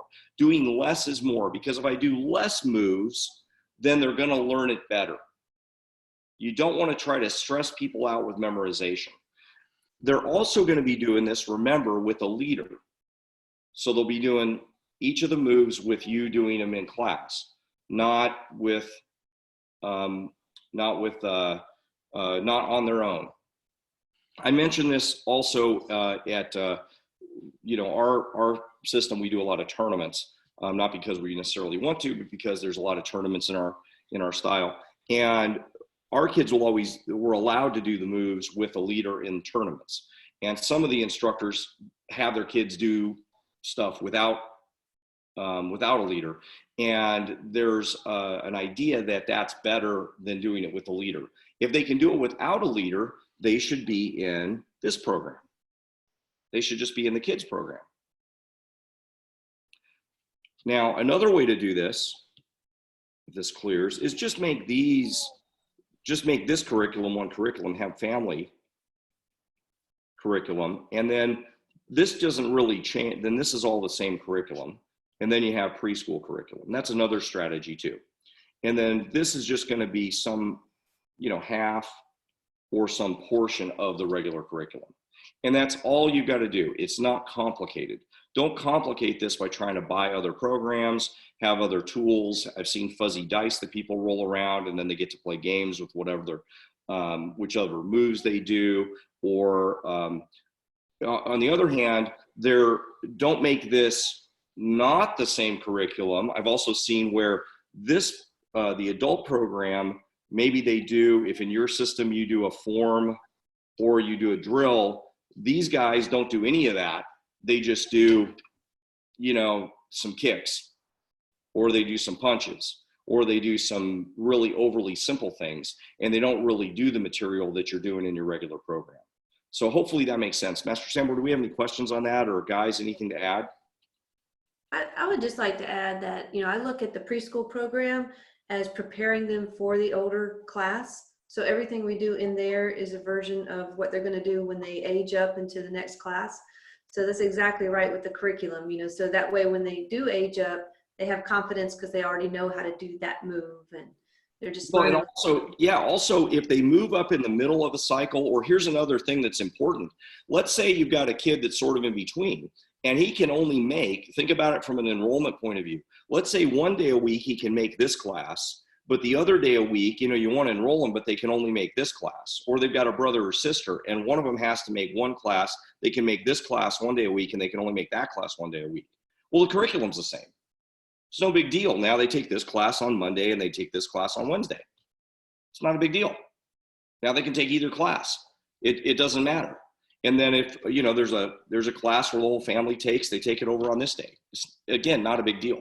Everything's the same. And as Master Olson said, it's everybody's just prepared. It doesn't make any difference. It's not complicated. Guess what else isn't complicated? It's not complicated for the instructors. It's not complicated for the instructors. The instructors have one set of stuff to learn. All they got to do is remember where to chop it for the other group. That's it. They need to A, remember where to stop for the little guys. They need to B, remember that they do it as a leader, and not let them do it on their own like they would with the adults. Very, very, very simple. Anything else to add, guys, before we move on? I'm trying to be conscious of our time because we're just about at 90 minutes. Okay, so let's give an example. Again, well, this is what I just said. First, you define the adult curriculum. The kids can do all of it or a portion of it, again, depending on how complicated your curriculum is. And then the preschool class can do like half of what the kids do. And again, they're moving up at like an intermediate belt every time. So they're essentially learning half of the material, moving up about half the speed. It makes sense. Some people will even, I don't personally do this. Some people will even, I've seen when they start into the kids program, they start back at white belt. I don't personally do that because if one of these little guys has been with me a couple years, they're pretty good students by the time they get to whatever rank they're at. So we just start them right where they were at, and they kind of move on, because they're pretty doggone good by the time they've been with me a couple years, even if they haven't memorized all that stuff. But, you know, I was just at some high rank training. I hope nobody's on the call when I say this, that was on the training with me. I was just at some 8th degree black belt training, and some of those guys didn't have the lower rank stuff memorized that they were supposed to have memorized. So, you know, I'm not sure everybody has all the stuff memorized they're supposed to have memorized as they moved up. So, you know, nobody's perfect. So I think that just advancing them at half speed allows them to become better students as they move up. So again, we mentioned that. So one advanced thing I wanted to mention, Master Oliver, you might want to mention something on this too for leadership. This is really important. Leadership, and you don't have to call this is what most people are calling this advanced program a 3rd level program, and many people have that. If they don't have one of these kind of programs, again, get with the free stuff with Martial Arts Wealth that we're offering to talk about that. This is also part of the preschool program, and in this case, there's really not even cutting any of the curriculum for the preschool guys. They also do that. It's just that the parents are also involved with the material that we use. So we have books that they read in the adult and kids program, and that the material and curriculum that they do. So the class that they do for leadership, it's a short class that they do, and all the curriculum is the same as they would do for the adults and kids. It's just that the parents are also engaged in that part of the class. Master Oliver, you want to speak to that a little bit? Because we talk to people all the time, and they'll sometimes have the mindset of, gee, I can't do this program for the little guys, so they don't even ask them. And it's just ridiculous. We have 95% of the people that renew with us and stay with us for a long time. The little kids are in our highest level program. There's a much higher level of them moving to the higher level program than the older kids, even though we have a lot of them too. Yeah. Well, and overall in the character development curriculum is, I mean, when I started this, I don't know, mid 80s probably, a lot of my, our best friends in the industry were telling me, you're crazy. You can't do that. You can't, have kids reading books and having textbooks and all of this stuff. But the reality is, if you're talking about a 5-year-old or a 7-year-old or a 9-year-old, really what we're trying to do with the life skills curriculum and the character development curriculum is, to a great extent, is educate the parent how to interact more effectively with the child, teaching them language to use, teaching them goal setting skills, teaching them self-talk skills, teaching them time management skills, etc., and having them work with their child as well as we're working with their child to develop all these things. To me, if you develop let's say they're 12 when they get their black belt, really that's a black belt that is in part earned by mom and dad as well as the kid. And if you don't have the family on the same page, I don't want to have parents who don't understand what we're doing with a child who, because they've perfected some physical movements, I've given them a black belt. It's really a family achievement. And again, going back to emphasize what you said a minute ago, absolutely, they can be 3-year-olds, they can be 5-year-olds. We're still making a decision, just like in school. A parent can make a decision, and it's kind of automatic that they're going to graduate from preschool to elementary school to middle school to high school and be prepped to go on to college. It really is the same kind of decision-making process. So we're making those decisions for them to train to black belt and beyond, and we're making those decisions for them to train at the highest levels. And the thing that maybe gets lost in this, Master Moody, is when we talked about teaching less curriculum, really what we're talking about is not less curriculum by the time they get to black belt, less curriculum to get them through that first year, maybe into the second year, and especially with, say, a 4 or 5-year-old, to get them to where they're maturing into mainstream into the regular program. Absolutely, yeah. And we'll talk about that a little bit, and how to, the point here too is that they should be expected. We expect high discipline, and we expect them to go to our highest level program. We're not expecting them to teach classes on the floor. That's not what that's about. But we would expect them to be in our highest level leadership program. But now this is the next thing, and to go along with what you're just saying here, how do we integrate them with the other kids or family class? When do we move them into the other class? We want to move them into the other class as soon as it makes sense, somewhat based on age, but that's not, as we mentioned before, based on that bell curve, not the only criterion. And in fact, it's not really even that good of a criteria. We've got 4-year-olds that are so good, and maybe their brother or sister are 8 or 9 and they're in our regular class, and it's much more convenient for the family. And because the 4-year-old's really good, we put them in with the karate kids, we call them, and they're with the family class and they're just fine. If they're not good in that class, we keep them with the preschool class. So somewhat based on age, mostly based on ability. Can they handle the other class? When they can handle the other class, we would rather them be in the other class because they'll learn a little bit faster. But age is not the criteria. It's not when they hit 7 years old, poof, they move up into the class. And when they're 6, no matter what, they're in the preschool class. You can't think of it that way because it's just not realistic based on a bell curve of normal kids' abilities. It's not realistic.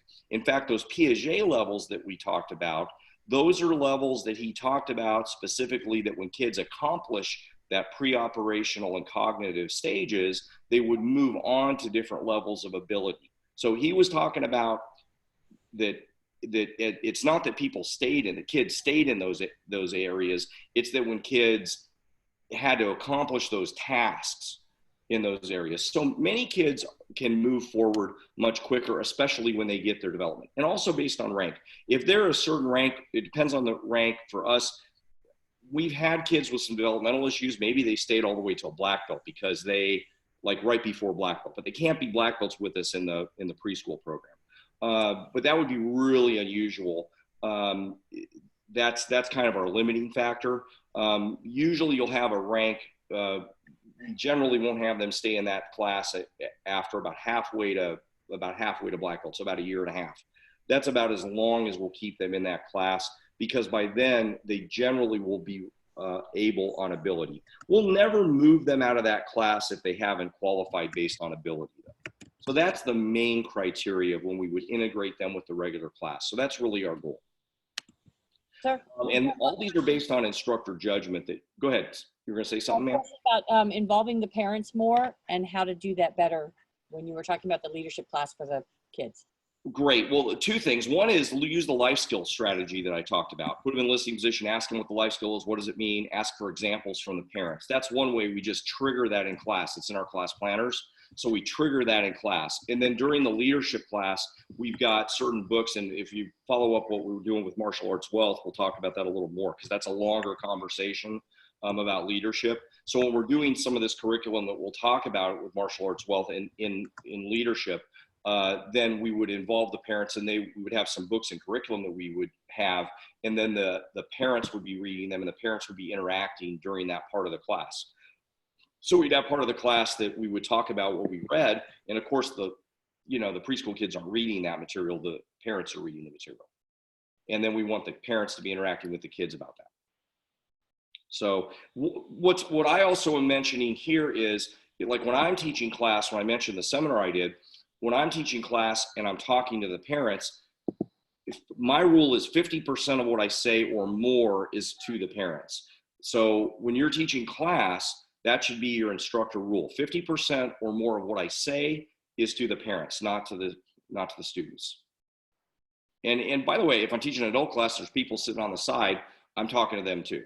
So it doesn't make any difference. The spectators, whoever the spectators are, there should be communication with them. It shouldn't be in a fishbowl in your class.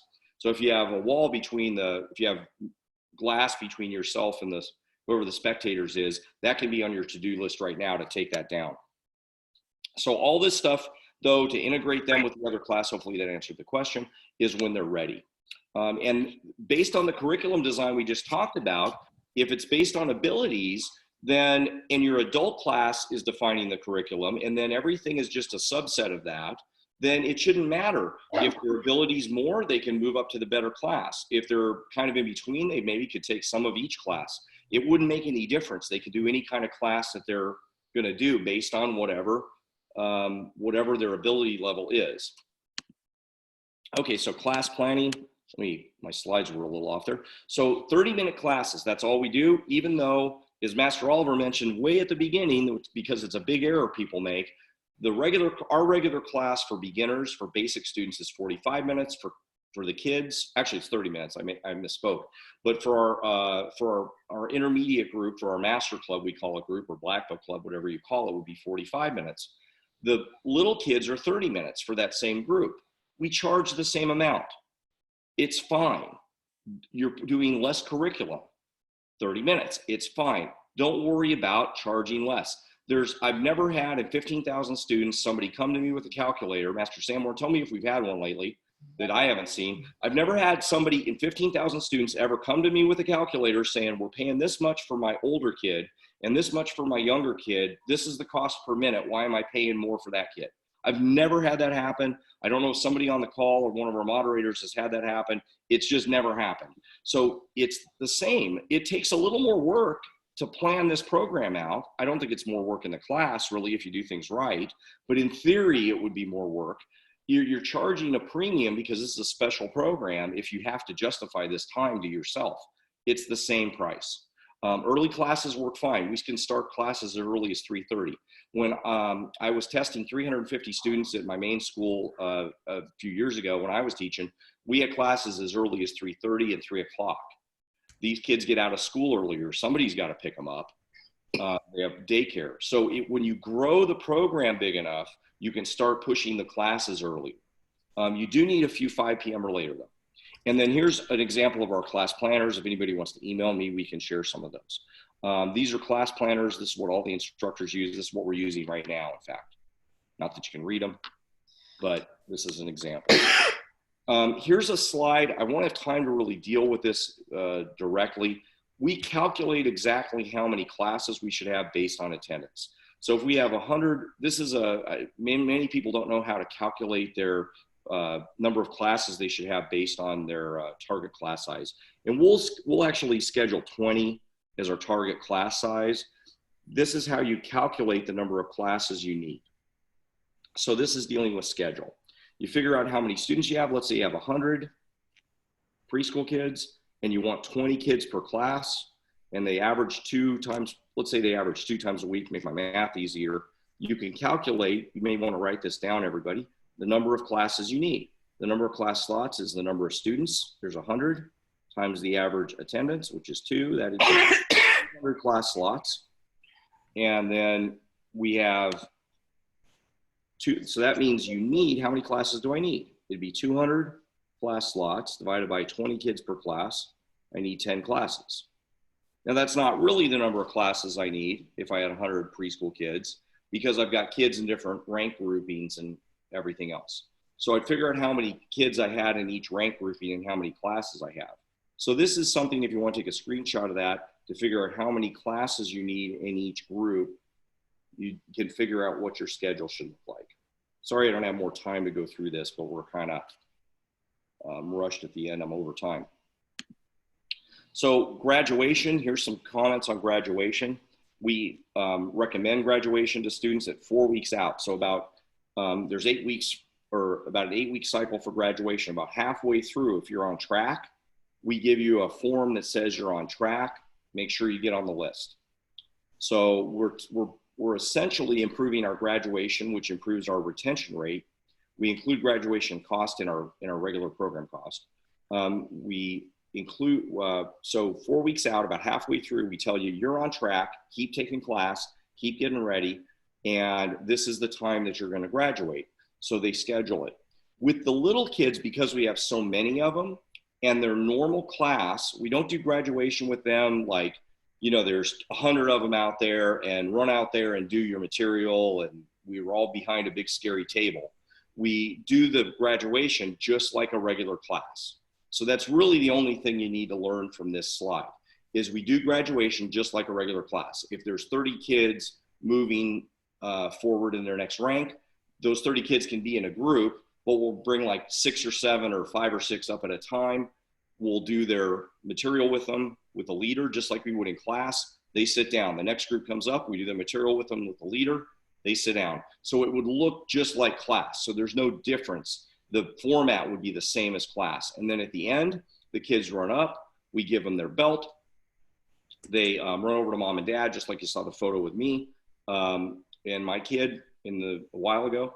And that's it. That's graduation. So that's how that works. We always give a pizza party out so that we can encourage, and we can talk to you later about marketing with pizza parties. And somebody gets a pizza party. Since we do a bunch of different ones of these, we're going to try to get a couple of these pizza parties every month so we get more people coming in from referrals. We'll move on. Okay, so let's talk about marketing, and we're going to wrap up here. So we got about 10 minutes. One thing really important, you need to all go to gotokarate.com/preschool. So write that down. I'll give you the link a little bit later, but gotokarate.com/preschool, all lowercase here. And this is a preschool page that is important. I mentioned it earlier, but this is a page you can get to add onto your website. You can bolt it onto what you have now. I think that Master Thomas, if you're still on there, you can talk about it a little bit. I'm not sure he was able to stay on because we're. Yeah, I'm still here.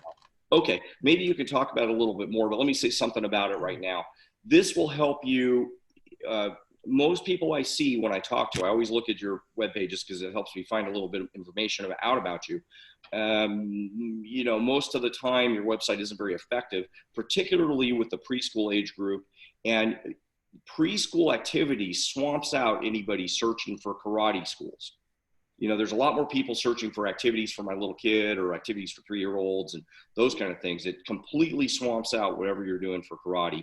And frankly, most people's websites aren't, you know, set up to get many karate leads either. So go to this and write this down, gotokarate.com/preschool. I think the first 10 people get a special discount on it. But Master Thomas, you want to talk about that a little bit? Did I give you? Sure. Yeah, I can talk a little bit. Yeah, so what Master Moody was talking about is niche marketing. And in 2020, from here on out, if you haven't been doing it over the last few years, you really got to start looking at that niche marketing. And the keywords you need to use right now, we're going to cover a couple quick keywords, just take a few minutes talking about it. This would really take about a half hour, an hour to talk about. Don't have that time, so I want to kind of run through it pretty quick.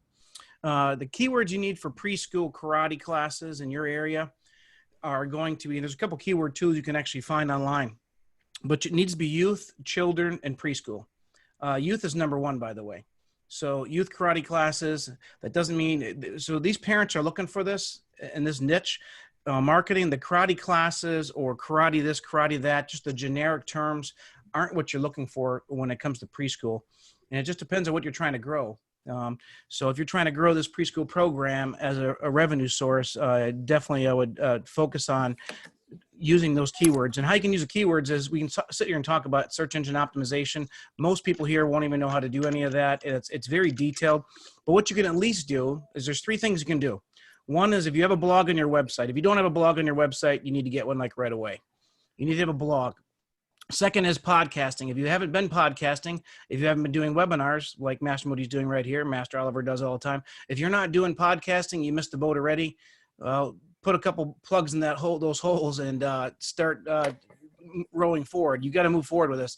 Podcasting is here to stay for a long time. It is very big, and you need to really understand about the podcasting factor. That needs to be on your website. You need to have a blog. And you can podcast, you can do voice, you can do video. The blogging is going to be more content, but either way, with either one of those type of systems, you're going to be growing your website online. And when it comes to, I'm writing a book right now because the marketing has just changed drastically in the last 2 years. I'm writing a book right now called the VIP Code. It's going to be Validate, Impact, and Potential. And when it comes to the validation factors, you have to start cultivating social validation and reviews online to build trust. It's one of the key factors that you can do. And by doing podcasting, if you're doing blog, or you could say, I can't afford to be on TV. I can't afford TV commercials. Podcasting is what you can do. Now, ask Master Mom, Amanda Olson, Master Amanda Olson, she's on TV. But that's something different. If you're going that route, that's fine. I still recommend you doing podcasting, though. Podcasting is definitely going to help you, but she's growing in her community based on having being validated, in her community, being an authoritative figure, if you will. Second one is impact, and that's creating a positive impact by telling your story and the causes you support. If you're not doing this, I will tell you right now, the biggest factor you can have right now out of everything we talk about with this marketing is having some type of cause post on your website. Who do you give back to? What do you do in the community? And if you research anything on millennials and how they purchase, millennials are 75% more likely to purchase with a business that they can see the cause that aligns with a cause that they like. So you might have some type of nonprofit you do, or you might do something just in town, some kind of cause you're doing something in town. It's a huge difference. And if you look at it, it's actually a little lower. Gen Z is coming up, but right now, if you look at the millennials, that's 1981 and beyond. Those guys, those are the ones in our martial arts schools right now. So I would really focus on that impact if you can. And that potential is creating potential revenue streams within a marketplace for financial profits. Everything Master Moody's been talking about here, everything you've ever heard Grandmaster Oliver talk about. If you haven't, you need to get with him and start talking about that. If you're not generating a revenue stream, that doesn't mean having 20 different programs. That means identifying how to increase those financial profits with revenue streams based on what you have, programs you have in your current system already. And there's potential for growth. And you have to understand what that potential for that growth is. But getting back to the podcasting and the blogging, if you're not blogging, you need to be blogging with preschool children and youth. Tell your story. If you say you're not a writer, then go to podcasting. If you say you're a writer, then go to writing, whatever one you're going to do. If you do both, I promise you your school in 12 months is just going to grow unbelievably online. So keep in mind when you're doing the blog and you're producing an article or content, if you're not really a great writer, the blog is still important. Why don't you write a story about an impact that somebody had within their school? So it could be a mom telling about, it could be Greg Moody, the father, talking about his son and how it impacted his child's life. And tell that story, get it into a blog. People are going to want to read this. These causes are what's going to help these millennials grow. Okay. Second thing or third thing I want to talk about is when we talk about the VIP code, we talk about that validation. It's about really becoming, are you the expert in your community? And you could have 3 experts in the community all going after a certain type of persona, not necessarily a demographic market. It's part of a demographic market, but more in tune to that persona of how those people react. It could be the millennials. It could be the millennials and trying to get them involved with the preschool, which Master Moody's been talking about. And that's what I would really look at doing. And one of the authority ways is doing, I know Ask Master Mom has a book out right now. And whether you're doing a book, if you can't do a book, you got to get a book. You got to get a book, get a white paper. If you don't know what a white paper is, write it down and Google it. See what it's all about. You have something that's downloadable on your internet that when they land there, they see you and your company is like, wow, this is really big. This is bigger than the Joe's Karate School down the street. Our schools are the most successful schools. There's some people here that have schools in Virginia Beach. There is no school in Virginia Beach that's going to produce the income we produce. We are intentionally, because of the marketing, we are going after and targeting the niche that we want and identifying exactly the keywords and targeting their keywords and then putting this preschool page. You want to have a preschool page. You want to have a bully page. You want to have an ADD, ADHD page. Anything that those parents need help with and cause the pain points, we want to get a page on your site or at least start posting on your current site. Well, and I would also add, and we talked about this before, and I know I do work with Doji Karate and work with martial arts wealth, but it's fair to say that you got to have a professional one done. And that's one reason that I have Master Thomas on here and Master Oliver. You need to have, particularly on your website, you need to have a professional page done. A lot of you guys are doing it on your own, and I know you're doing your best you can, but that's not going to work. One on GoDaddy or Wix or Squarespace or something like that is just not going to work. So never rank on. Yeah. I mean, it's always going to be a bad ranking. And even if it's ranked, even if you search for karate and you see yourself, it's not going to give you the lead generation results that you need. So this is really an important place to start. So just go to that link. I actually had some people, while you were talking, sir, I had some people email me, hopefully they're still on, and they say, I've got like 6 emails saying, hey, I really want the preschool page. Hopefully they stayed online so they got to see the link and understood that. So I'll follow up with them if they didn't. But I think the next 10 get it for a little bit of a discount too. Good. Well, let's move on from there. But that's one. So one thing is your online marketing. You guys stop me if you want to add some more stuff. One thing is your online marketing. Offline marketing, and Master Oliver, we talk about this a lot, and you've sent so much free stuff out. I honestly, frankly, I don't know why everybody, if they haven't gotten the free stuff from martialartswealth.com, it's kind of crazy, because there's tons of grassroots free and really great tactics that you've talked about. And I see people doing the same stuff over and over again and doing it wrong, just using the wrong tactics. And using the same tactics, doing birthday parties or doing events or doing other things. And they should be listening to the fact that a lot of our guys on Martial Arts Wealth Mastery, are getting 200 leads from a movie event, or 200 appointments from a movie event, or 200 appointments at an expo or a fair. And that's not made up. That's, like in the last month that we've had people do that. So you've got to get the free stuff, and both of these things are easy to get to and inexpensive or free. But you go to martialartswealth.com and get the free package of things that you can, if you haven't downloaded that and used it, do that right now. So that should be on your to-do list as well. Anything else to add, or did I complete that enough for our time that we've got available? Yeah, I know we're running out of time. I guess what I might add, and it's relevant to the topic all the way at hand here, is we very frequently talk to martial arts schools who, maybe they usually think that they're like the number one guy in their area. But in almost all cases, they're way underperforming what their potential is, right? So the worst thing to ever do is to be really impressed when you get together with other schools in your association, other schools in your region. You go to a tournament, you talk to 3 or 4 business owners, and when you hear them talk, you go, "Oh wow, I'm doing a lot better than these guys. I must be one of the best ones out there." As you well know, Master Moody, we start, kind of at our lower end of the threshold. Our schools that are currently under 20,000 a month or $250,000 a year, but we start a lot of times with schools, maybe not dissimilar where Amanda Olson was, who are already at 30, 35,000 a month, probably the biggest school within driving radius of their school, and get them to 750,000 or $1 million gross a year. More importantly, ask me, you remember when Colby Winkler said, we asked him what the elevator pitch was. He said, I started at 30,000 a month gross. Now I'm way over 30,000 a month net. So there's just an awful lot of opportunity.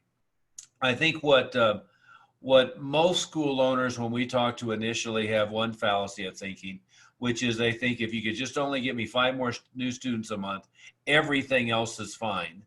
I'm a great teacher. My students love me. My dropout rate is fine. My curriculum is excellent. But if you could just get me 5 more students a month, everything else is fine. And of course, what we always find, with rare exception, is they can cut their dropout rate in half, or by 2/3, or by even 80%. They can massively increase the value that they're getting per student. They can massively increase the value of the curriculum for the students, and we can get them as many new students as they want coming in the door. Our biggest issue with our members right now is they don't really want to teach us more marketing, because they have so much flow of people. But what we're doing is we're rapidly getting it to the point where we have a whole team of school owners that are at, netting $500,000 or more a year from running a single school, or maybe even more from running a small group of multiple schools. Right.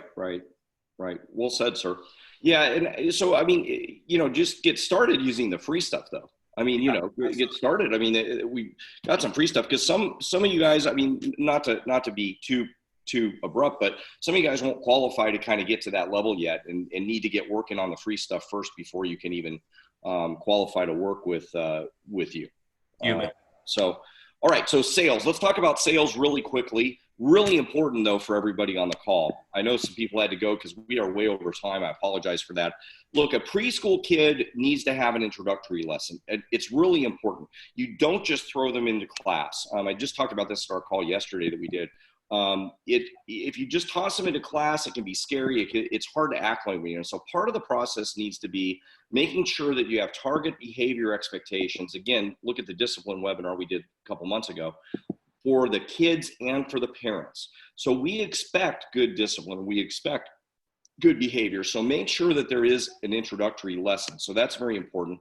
And we require both parents to be there. So we want both parents to be there to enroll the kid. Number one, you know, they need to be there so they can pay. I mean, they need to make a decision about enrolling and the schedule and all the other stuff, but also so they can understand our expectations. Believe me, if a parent sees the amazing things that we expect out of their 3 and 4-year-old, that we expect them even to just stand still on a spot for a couple minutes or a couple 10 seconds, which is, by the way, part of our introductory lesson, to stand on a spot for 10 seconds, they'll go, oh my God, my kid never did that in their whole life before. That's amazing. That is high value, and it'll be easy to enroll them. And that we use real martial arts and real discipline. It's not, we don't do a game. It's not different. It's really consistent with everything we've been talking about. Last thing, again, just please charge full rates. We don't lower the prices because they're little. We don't lower the prices because the classes are shorter. And it's also the same term. Our first program, when they walk in, we enroll them for a year, and then within the first month or two, we enroll them for our next level program, which is 5 years. To the next, Black Belt Club or leadership, usually leadership. That's for this age group. And of the when they do renew or upgrade, 95% of them go to the higher level program. We don't do it shorter. It's not necessary. Most of the reason that you think it's necessary is because it's in our own head. So make sure, and I guess I'm covering that here. Almost all these guys want to have more development for their little kids. Everybody understands if you start young, you're going to get more value. You need to also make sure your class, again, consistent with everything we're saying, as far as from a sales point of view, you make sure the class is well behaved. I recommend the discipline seminar. If the class is well behaved and you have good discipline, then everybody's going to be liking the class better, and you'll have better renewal rates. I mentioned this already. Don't be afraid of having it be 5, 6 years. Some of our guys are doing 7 years. All right, I think we're up to our summary now, so let's wrap up. We're right at a half hour over. We should have covered preschool behavior here. I hope you got a 1-minute good course on developmental psychology. 3 tenets. They do everything with a leader. They don't memorize. These are 3 important things you should have written down. Everything with a leader, they don't memorize, and they advance in half ranks. Those are the 3 things that need to happen. And we covered all of this stuff. We covered a bunch of stuff. So what should be on your to-do list? My suggestion is start marketing more. So go to karate.com/preschool, get that page, do that immediately. Like, don't wait. That should be the first thing on your list. Get all the free stuff at martialartswealth.com. So go to those 2 links, write those down, and go to those 2 links right now. So put those on your list. Design and implement the curriculum. Do it the way we talked about. Just take your adult curriculum and then scale it for the kids. If they get half ranks every time, that's all you've got to do. You don't have to. We got like 10 questions about, what about so-and-so's program? What about so-and-so's program? What about so-and-so's program? They may have really good stuff to teach. As long as you do what I just said, you can use some tactics from other programs, but do it the way we just said so that you have all the benefits that we talked about. Teach great classes, train your staff, consistently train your staff. We train our staff on instruction and business the same as we train in martial arts. They do it on a regular basis. Master Samuel and I train twice a week. We train in business and we train in martial arts. We do it the same exact way. I would watch the other webinars. We will do a replay of this. I don't like to guarantee that because we never know how the quality of the recording is going to be. So don't expect us to do replays on these webinars. We probably will have a replay of this, but we're able to do replays of these other ones. Watch the other ones if you're new. And then please, when I do, I'll send an email out. I'd love for everybody on the webinar here to send positive feedbacks, especially positive testimonials. If you want to send some negative feedback, please email me too. I'd be happy to hear some feedback as well. But when I send you, my big request would be to send a review, a 5-star review to me. I'm going to send you a link to do that. and it'll be within the next couple days. Please, everybody, 100% send a review to me. Last comments from anybody else? Any other things they should put on their to-do list, or any other comments? I don't know if Master Barnum ever got her audio working, so I guess she can't make some comments if she did. But any other comments from anybody? The only other question we have is, do you ever do drills that have a game type theme?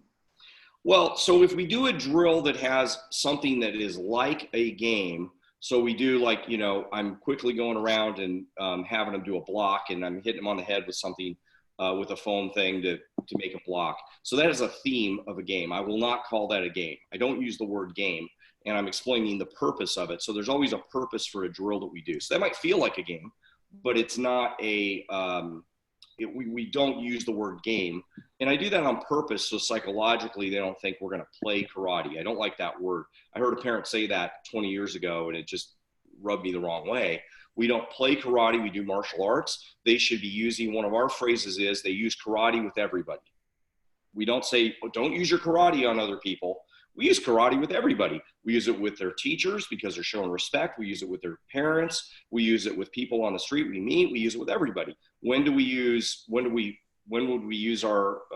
fight? When it's somebody that's trying to hurt us and cause serious injury or death. So from the very first introductory lesson, we teach them that. So that relates to games because we don't play games in anything we do. Okay, so we don't use the word game. Any other last questions, Master Sanborn? No, sir. I think we covered everything. Any other last things to add, guys? Since we're at 35 minutes over of what we normally do, I guess this was a good topic and lots to cover. I guess we've got good content that we recorded. I hope it was valuable for everybody. I just might add, you mentioned several times, if they go to martialartswealth.com, they'll get 2 free books, 3 free online video sessions. And we'd be happy to talk to them personally and give them some feedback on some benchmarks for their school, on retention, on revenue, on new enrollments, and a couple ideas on doing that. All that's free, no obligation, and no sales pitch. Absolutely. I mean, and everybody should be doing that. Every single person should be doing that without exception. And Master Thomas, again, everybody should be going to gotokarate.com/preschool as well and taking advantage of that. It's just something you guys should all be doing immediately. And that's why we have our sponsors. We really appreciate you guys being here and offering that to everybody. It's just not something to think about, just do it. So here's your to-do list. You probably, everybody should have more stuff on their list from the webinar, and hopefully that's valuable. When we're going to do the next one, I don't have that scheduled yet, but I'll let everybody know and I'll email that out. All right. Thanks, everybody. Wonderful content. Okay. Thanks a lot. Have a great day, everybody.